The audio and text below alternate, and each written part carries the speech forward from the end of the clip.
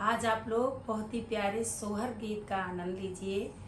और ये खिलौना गीत सोहर गीत उठान गीत है। तो ये हमारे राम पांडे भाई जी की रचना है।